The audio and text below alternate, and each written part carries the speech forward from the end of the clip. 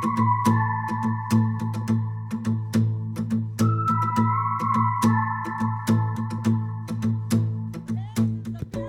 right. Hello, everyone. My name is Kendall Bedford. I am your lovely moderator for this panel. And I'll start off by introducing myself briefly, but then I'll hand it over to our panelists to introduce themselves, because they're really the stars of the show today. So I work with Sustain VC. We're a local early stage impact venture capital fund, and we invest, what we call the seed stage, so very early stage, some proven out revenue, but really at the beginning of innovation with some product development. And we're multi-thematic impact investors. So that means we invest in climate, health tech, fintech, you name it tech, strong social or environmental impact. We're interested in taking a look. I'm going to go down the line and have everyone introduce themselves, but with a little bit of an icebreaker. I think it would be fun to hear from them a bit, what does sustainability mean to you as it pertains to technology and innovation after you introduce yourself? All right, so my name, as said before, is Jen Gilburg. I have the world's longest title, so I am the Deputy Secretary of Technology and Entrepreneurship for the Department of Community and Economic Development. Breathe, okay. That makes me your state nerd. I spent most of my career living and working in Silicon Valley and for a little bit Boston. So I've had this great privilege of working in two environments that had that innovation flywheel going. And when I moved back to Pennsylvania, where I grew up about 7 years ago, and this job came up at the state 2 years ago, I was like, hey, this is my chance to try to see what we can do to get our flywheel going here in Pennsylvania, and in particular in regions like Philadelphia and Pittsburgh, where we do have so much of the fundamentals. We just need a little bit of a tush push to get us, into that flywheel. I figured you guys would like that joke. All right, so what does sustainability mean to me? So I look at everything just from having spent my career in Silicon Valley as a technology problem. And so I think there is a ton that can be done on the tech side around sustainability. And because I love to just promote the startups in the region, I'm going to kind of punt and talk about my favorite startup, which is Carbon Reform. And they're a sustainability startup that actually takes carbon out of commercial airspaces and captures it into pellets that they then sell to concrete companies for, concrete filler. And it helps improve the efficiency of a commercial building by like 40 to 50%, because you don't have to heat the air from the outside or cool the air from the outside. So super cool innovation happening here in Philadelphia around sustainability. So my answer to sustainability is it's a tech problem waiting to be solved by our brilliant entrepreneurs in the state of Pennsylvania. Cory? Got it. Cory Donovan, I'm one of the co-founders of ImpactPHL. We will be 9 years old this summer. We are a nonprofit advocacy organization. We don't do policy. It's more of a drink milk campaign to engage the wealth of the Philadelphia region and align it with what's good for the future of Philadelphia. So we always say our future will be determined by how we invest today. Most of the time I say, tell me what issues you care about in the world, what problems you want to see fixed, and I'll probably be able to show you how your money, your investments, not your donations, are doing the exact opposite. If that makes sense to you, it's a pretty short conversation, but for most people, I'm not okay with that. So then we have a conversation around how do we align our financial assets with our values. Most people give away 2 to 3% of their donations every year. A foundation gives away 5%. We're talking about the other pocket, the other 95 to 98%. And if that's creating the problems that we're trying to fix with our give back, with our volunteering, we're probably not going forwards, we're going backwards. So we're the poorest big city in the country, everybody knows that, but we're also one of the wealthiest regions in the country. So I think there's a lot of opportunity to align our financial horsepower with what's good for the future of the Philadelphia region. And so to me, in terms of what sustainability means, I think it's ultimately when we stop using that two-pocket approach and we use the one-pocket approach. How do we align our financial horsepower with the kind of community, with the kind of future, the kind of that we want to create. And that's what sustainability means for me. Hello, my name is Brian Fernandes-Halloran, the director of Halloran Philanthropies. Halloran Philanthropies is an umbrella term, but we're several small entities that exist mainly in Philadelphia. And we've been supporting and working in the impact ecosystem for quite some time, maybe 17 years. And we started working internationally and nationally, and we've taken our approach to work locally. So that means learning about where the gaps are in Philadelphia's impact investing space and what impact means to Philadelphia. We're very flexible. So, you know, my version of what a sustainable ecosystem means probably has a lot to do with where we found our strengths and what we're trying to become. But to me, you know, I grew up in the main line, and I'd say that was a very sustainable place for a lot of people that lived there, and that we had a lot of flexible resources that really acknowledged what we needed.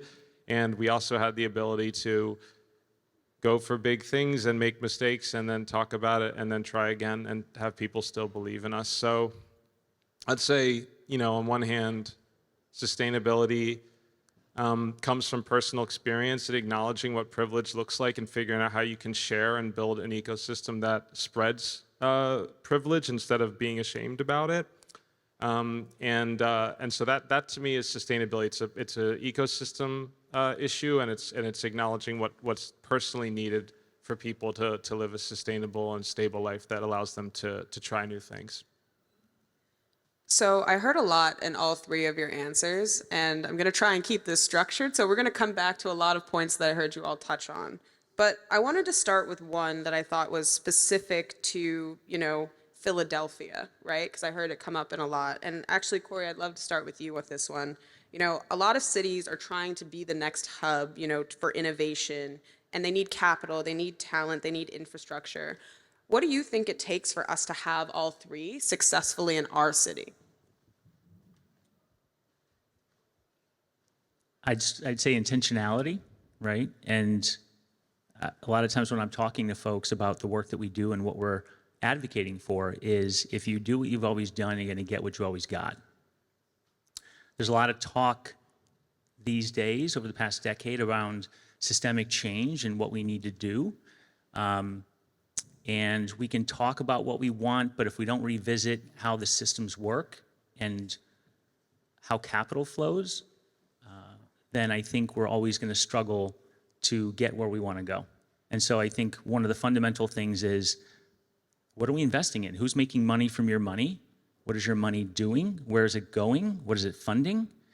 Asking questions, right? So I think a lot of this starts with, you know, again, we're engaging the wealth of our region, so they have people who manage their money.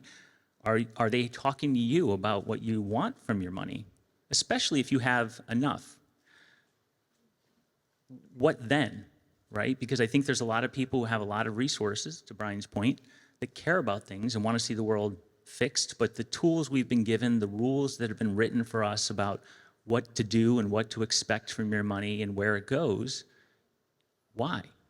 Why is that our de facto framework? And so if your financial people are not talking to you about your values and what you expect, you should be talking to them. And that's the first thing we had, you know, talk to them about it. And then look at where your money is and what it's creating. And if you're okay with that, great. Make sure your money is aligned with your values. We're not telling you what to care about.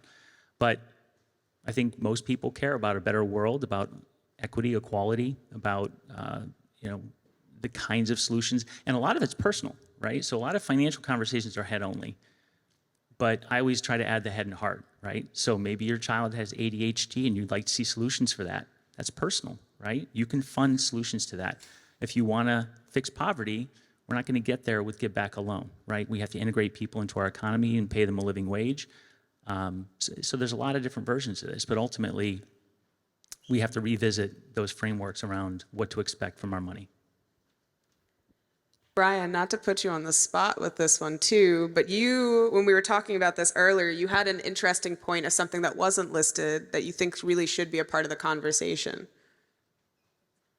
Oh, is it the creative economy or, yeah, it's, if you look at where a lot of companies are starting up, there's almost always a vibrant art scene and a creative economy. And I've been a working artist for almost my whole life. So, you're artists basically, you kind of get kicked around, you get ignored, and then, your cities they kind of base so much of their economy based on the draw that you create. And so, yeah, that was one really critical. If you look at the cities that have really that create a really vibrant investing ecosystem, especially in the U.S., because so much of what makes the U.S. special is that we do have creative solutions and solutions that that are not shy of risk. And if you look at really great creative economies and great art practices, frankly, leaning into risk is a really crucial part of it, because it's supposed to get you excited and make you feel alive. I'll just go to, I think that the lessons of what makes like a really creative economy need to be also listened to by investors. A lot of times when people are doing mission-aligned investing, they are coming from a structurally conservative standpoint. You're sitting on a pile of money, or you're thinking about a city's economy and you don't want to screw up, right? You're part of a structure that is in a position where you don't want to lose, you don't want to make mistakes, and that's natural. But that's not always, or that's almost never the type of an investing mentality that entrepreneurs need who are starting innovative tech companies, right? So, I would just say like the first thing that comes to mind when we think about like what is needed in the city of Philadelphia is first just to acknowledge that there are some really exciting funds that have been founded that are currently raising in Philadelphia. There are some incredible companies. There are entrepreneurs who haven't started their company yet and don't even know how to raise the capital. And so, I will say maybe this is just from the, going to the arts background, is just a lot of ignored voices of blood, sweat, and tears being spent in studios and incubators or wherever it happens, where it's like the people who have the capital, might not be in a position where they're even able to hear or see what you're doing. And so if you look at like the places that have really succeeded, the capital genuinely gets excited about the cutting edge of where ideas are really sustained. And it's not going to be, I'm sorry, it's not going to be on our boardrooms and where our trustees meet. I wish it was. I wish our trustee meetings were more exciting, but they're not. They're not art studios. They're not incubators, right? So, yeah, that's a little bit of a rambling answer. And you said you're not going to put me on the spot, but like I'm on a stage with a spotlight in my face. I feel very much like I'm being put on the spot. And I did put you on the spot, and I have no regrets. But now I'm going to put the spotlight somewhere else. But speaking of entrepreneurship and investment and things that get you excited, Jen, I'd love to hear more. If Philly had $20 million to invest in tech growth, where would you put it to work and why? So everyone thinks that the answer should be, I would put it towards venture, and that is not where I would put it. So if you look at areas that have the flywheel going, it starts with a really strong pipeline of innovation, and then it also has really strong serial entrepreneurs or that leadership executive talent. And I would rate Pennsylvania as a whole kind of a C in those two areas. Innovative economies get their pipeline from tech transfer. They get it from organic. In California, it's garage startups because they don't have basements. Here, our garages are too cold, so we do our startups in the basement. We do okay there. Tech transfer, everyone stinks except for Stanford and MIT. We're getting better, but we don't have a flood of stuff coming out. Where we have a big deficit is, I'll call it innovator's dilemma. Probably 2/3 of Silicon Valley is from larger companies burping out technologies. Google wanted to do autonomous driving. They didn't want to put billions on their P&L, so they spun out Waymo. I worked at Intel. We'd have developers internally not get their projects funded. They would grab a go-to-market person, spin out, and do a startup. And so we just don't have a lot of large companies in the state that do a lot of innovation. Most of our Fortune 500 companies are insurance and healthcare. So where I would put the $50, my 20 Monopoly million. money, sorry, where I'd put my Monopoly $50 million, I really like this idea of, it's called a venture studio, and it's different from an incubator. An incubator is where random people get together under one roof. They might get some services to de-risk and support. But a lot of incubators, and I hate to say this, and please forgive me, but sometimes they're garbage in, garbage out. So a bad idea going into an incubator will never be a good idea coming out of an incubator. So with a venture studio, you're throwing down a problem or you're throwing down a category. So you could do a venture studio around clean tech. You could do one around rural healthcare. You could do one around drone technology. There's one in Coatesville that is doing it around sensing technologies. They have a toilet leak detector IoT device for commercial buildings. They have a tire balancing sensor. They're about to spin out 2 companies. They're fully de-risked. They have MVPs. They have customers piloting them. They're going to create 25 manufacturing jobs in Coatesville. And because they're kind of clustered around sensing technologies, their workforce development becomes easier, and they're bringing in executive leadership to spin these companies out. And the punchline of this is they're using high school students as their workforce. Their paid interns come in 3 days a week, 4 to 8. Half these kids are now going to college, first generation. One kid, they have a patent wall where kids are named on the patent. So it's like check, check, check, check, check, check, check. Like it checks every box. And funding something like this, it's in actually the governor's budget this year for part of the innovation fund, where we would have grants for starting venture studios across the Commonwealth. And we would love to do one around Philly, and you could pick whatever your strength is. So if it's, I know there's a lot of online gaming here. Like if we want to do that, we could do a venture studio around that. We could do one, pick the topic. And so I really love that model, and being able to stand these up across the Commonwealth and fund them and get some matching dollars in to make sure they're successful. And then what comes out of the venture studios is our pipeline for our VCs. And so now we have a pipeline of a number of companies. VCs that fly in and fly out might say, hey, now I'm going to put some people on the ground here. Or the ones that are on the ground here can raise better money because they're, have a better pipeline. So it really helps start that flywheel. So hopefully we're going to get $50 million. It won't be the full amount of the 50 going towards Venture Studio, and Philly won't get all of it, but at least, we might have a few million to kind of start that if we get the governor's budget across the line. I think that was a really excellent answer. And I think one of the points that you point out, as someone who works in venture, is that not all dollars should go to venture. And I mean that with my heart, because it is not always the best investment model or vehicle to get the job done. It doesn't mean it doesn't have a role to play, but it doesn't have to be the be-all, end-all of capital allocation. And I do feel like a lack of capital is a symptom of the problem, not the problem. Absolutely. IMHO.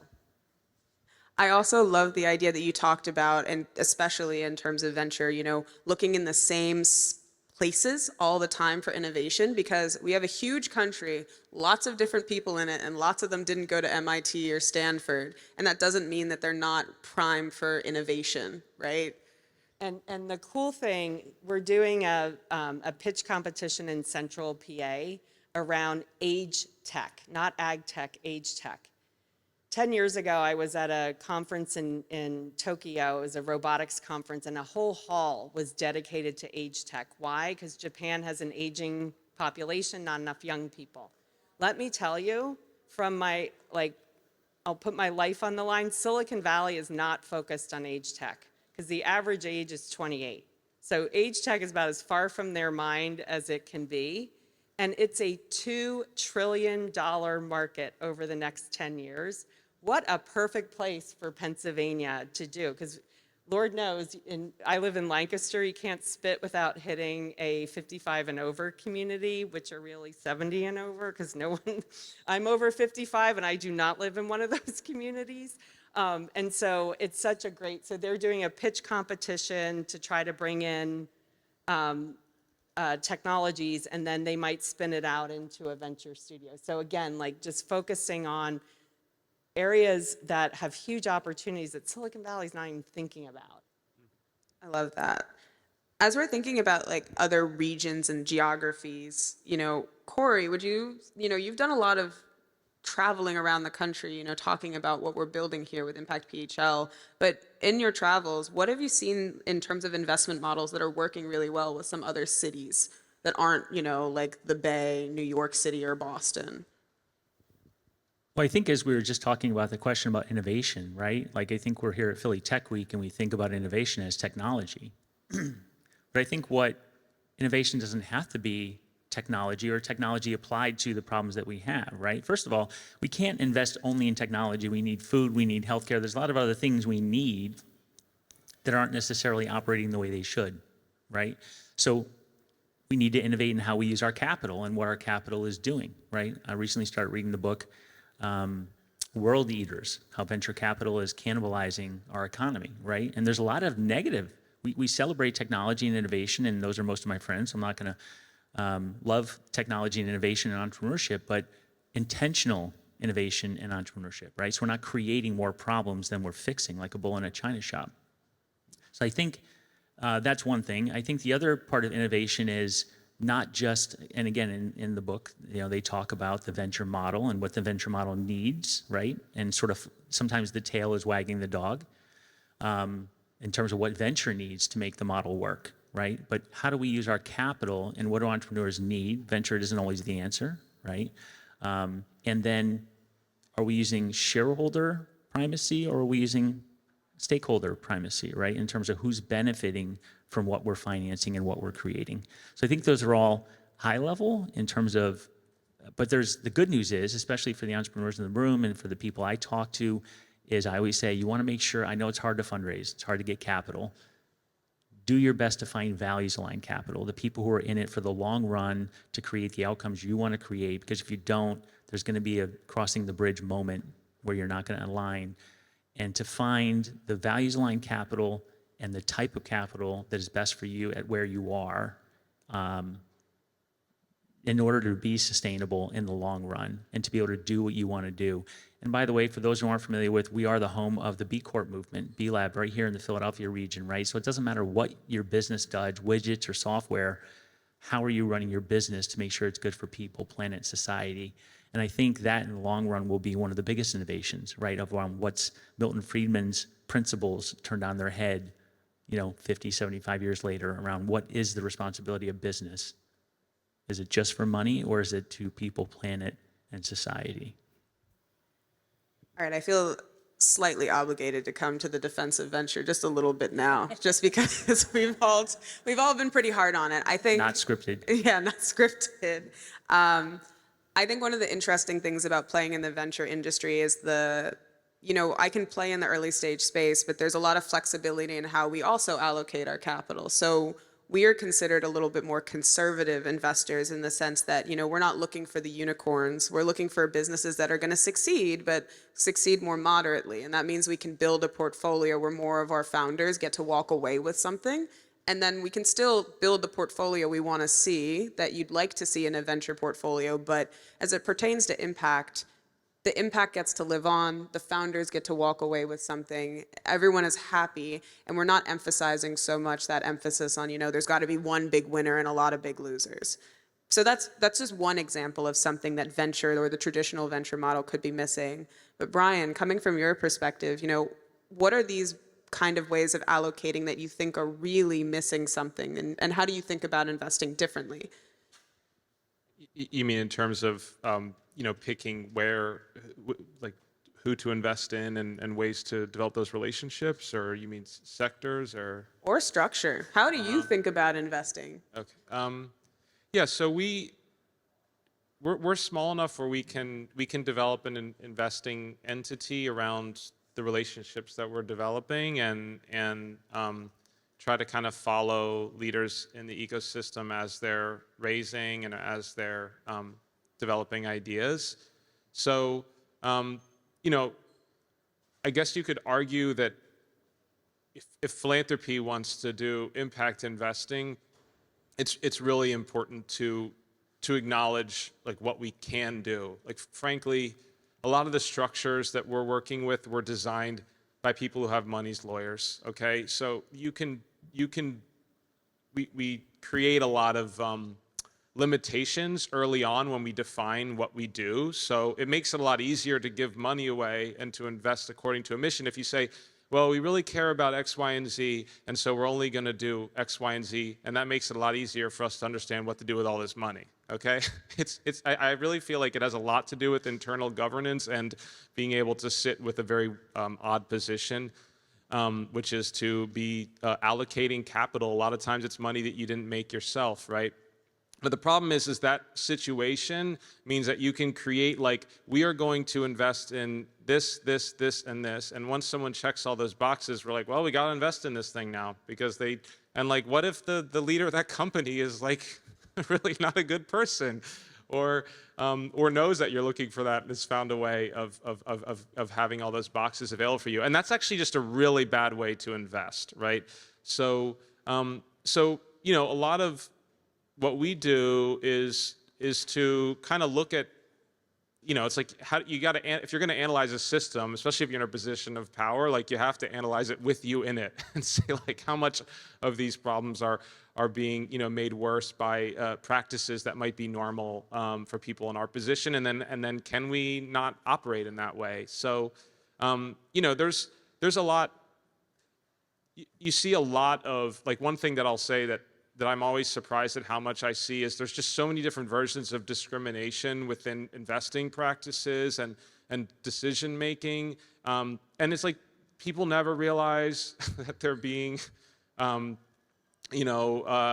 they're being discriminatory, but it happens so often, and there's ways to kind of notice that, and then to and you can respond to it. You can call it out, and there's systemic reasons why certain types of capital have been, not made available to a lot of people in this country, and to kind of like, you can structure entities that can really take that into account without just being, oh, we're going to check boxes, right? You can develop relationships, and you can develop flexible entities that are following around real leaders.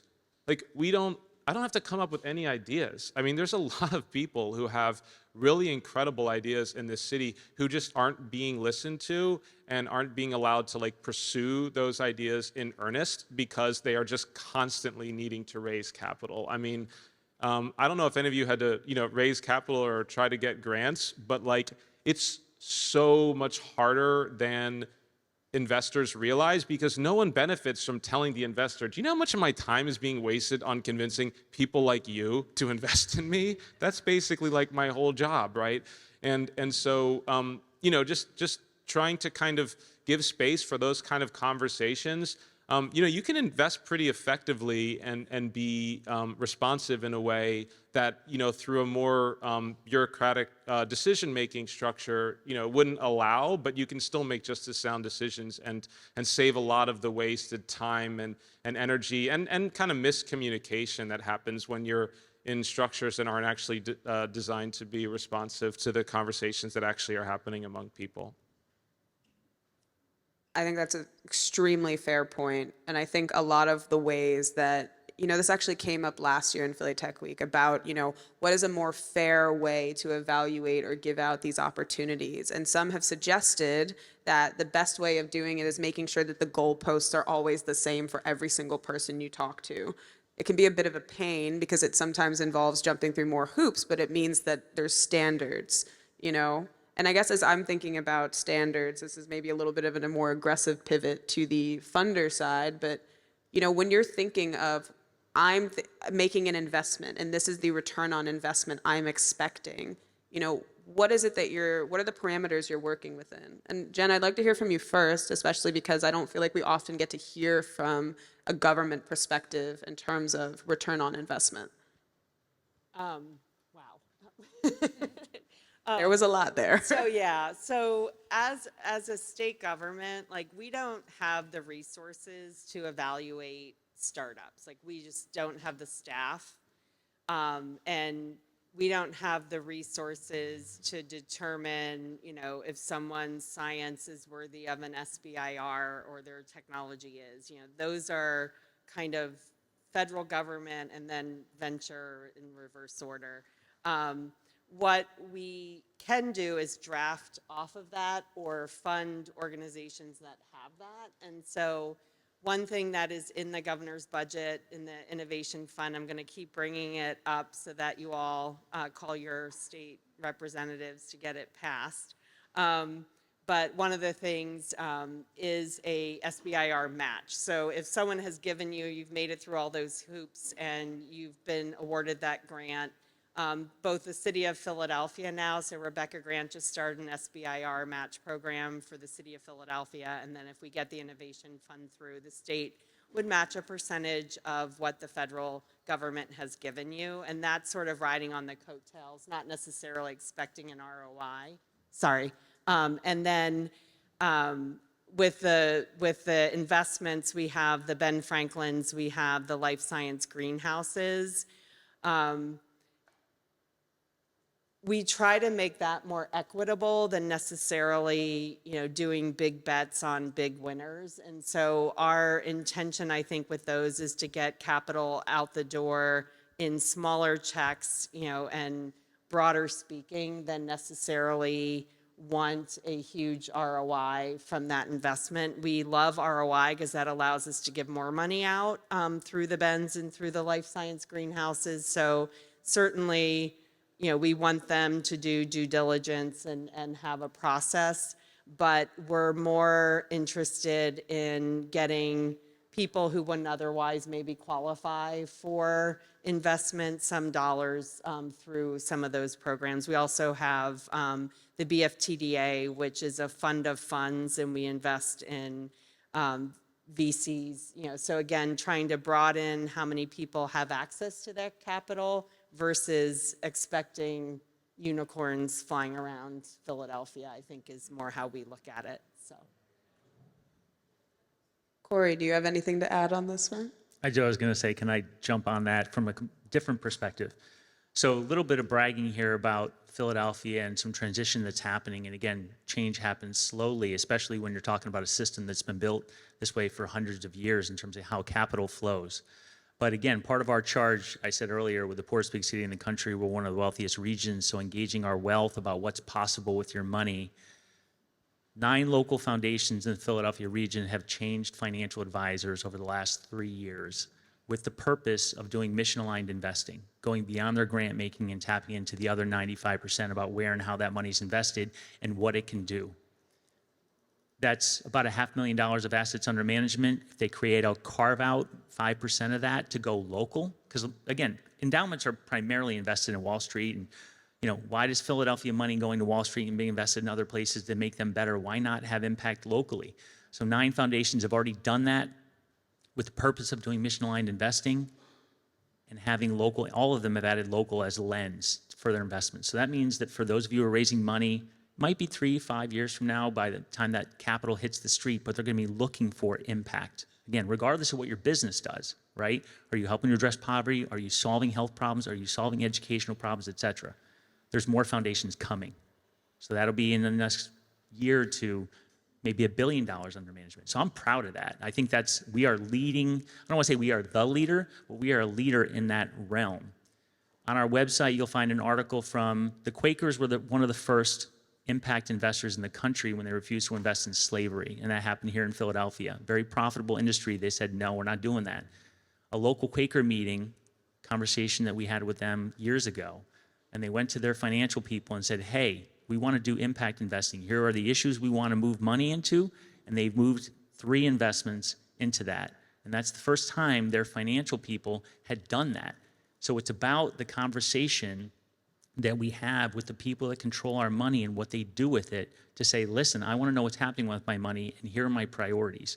And so, as I hear about, kind of this innovation and what we're doing, I'm proud of what's happening in Philadelphia right now. We're not where we need to be, we're not where we want to be, but there's some legitimate traction and progress there that's happening here in Philadelphia. That's great and very exciting. I went to Quaker school as a Philly native, so I'm very tied. I know Brian did too. In the last couple of minutes we have, I wanted to close with a question. We've been, very critical of funders today, but we'll start with Brian. How do you think that the funders or the investors themselves, how can we reposition ourselves to be additive to the people that we're working with, that the stakeholders or the founders, and, what is something that we can do to indicate to them that we're here to be helpful? Yeah, I think the first thing is to have a conversation. And notice I'm not just saying listen. A lot of people say you should listen, and you should, but also, come clean about, why you can or can't make certain investments. Like a lot of times, a foundation will have very kind of vague descriptions of why we can and can't. Like maybe you just don't have the money that year and it doesn't really matter what someone does, and so you're not really going to make an investment, but you don't want to say that, right? I think it's important just to really come clean. But the listening part, let's to get specific. Like, I created the Visions Fund, which invests in GPs running funds who are from or currently live in Philadelphia, and a lot of the funds we invest in, if you look at, they're 2.5% and 20%, let's say,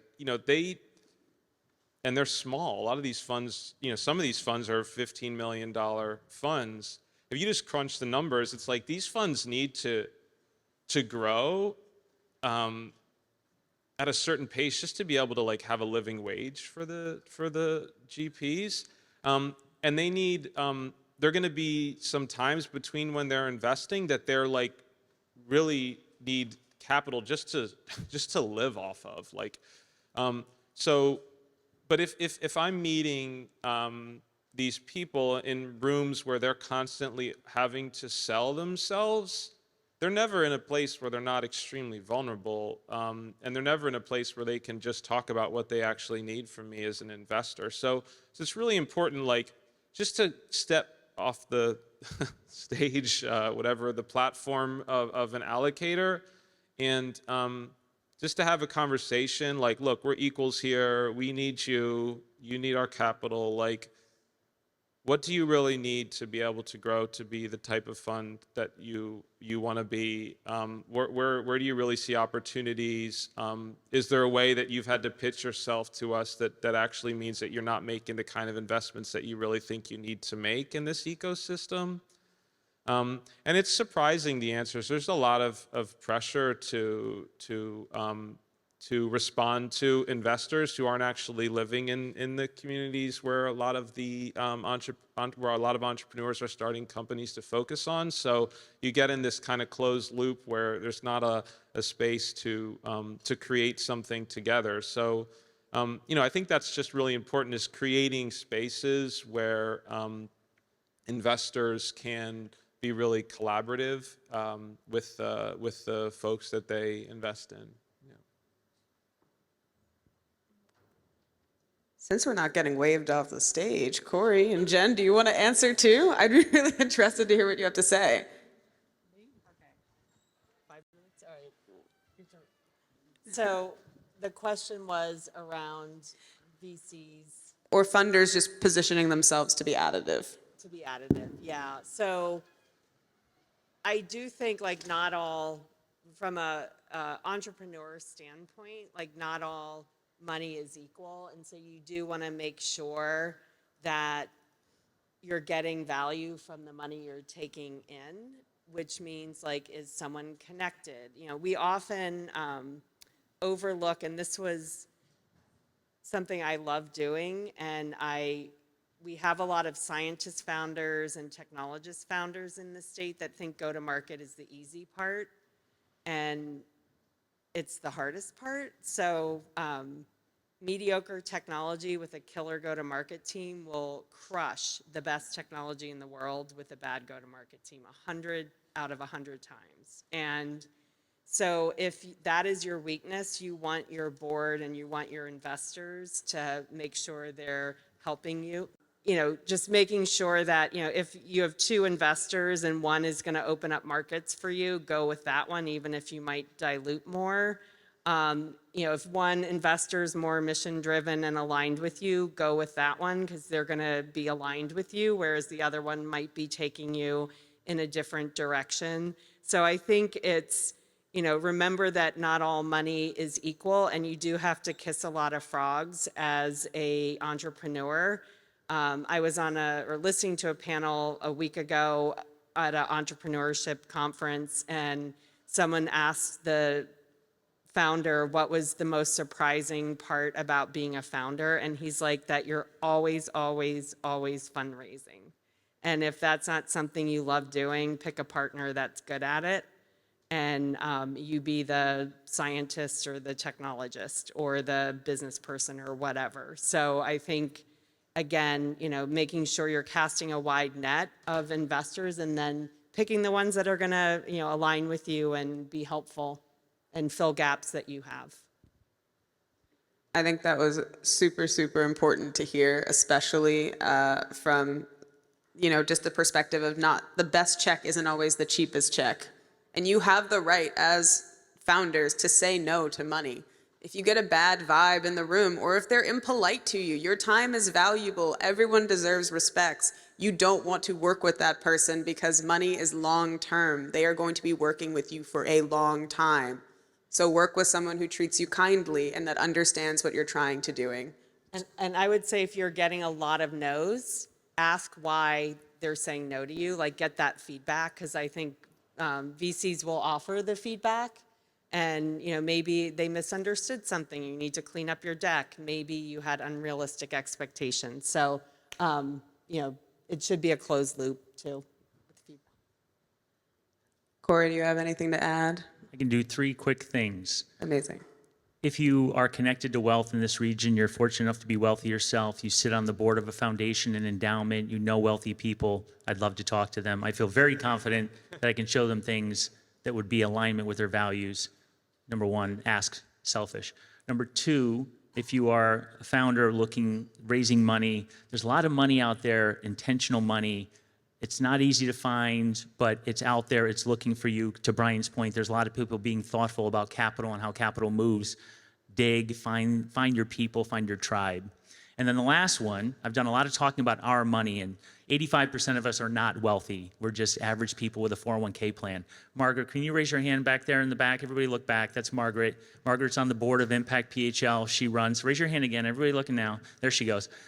Margaret helped start the Invest for Better chapter here in Philadelphia. It's a nonprofit out in the Bay Area. We help get it going here in Philadelphia. It's women learning about finances, both the finance part and the impact part. We have a cohort running every 2 months. So learn, and then as women run through the cohort, they join the alumni network. So again, it's all community. It's all community at the end of the day. So look into Invest for Better if that speaks to you. Amazing. Thanks, Kendall.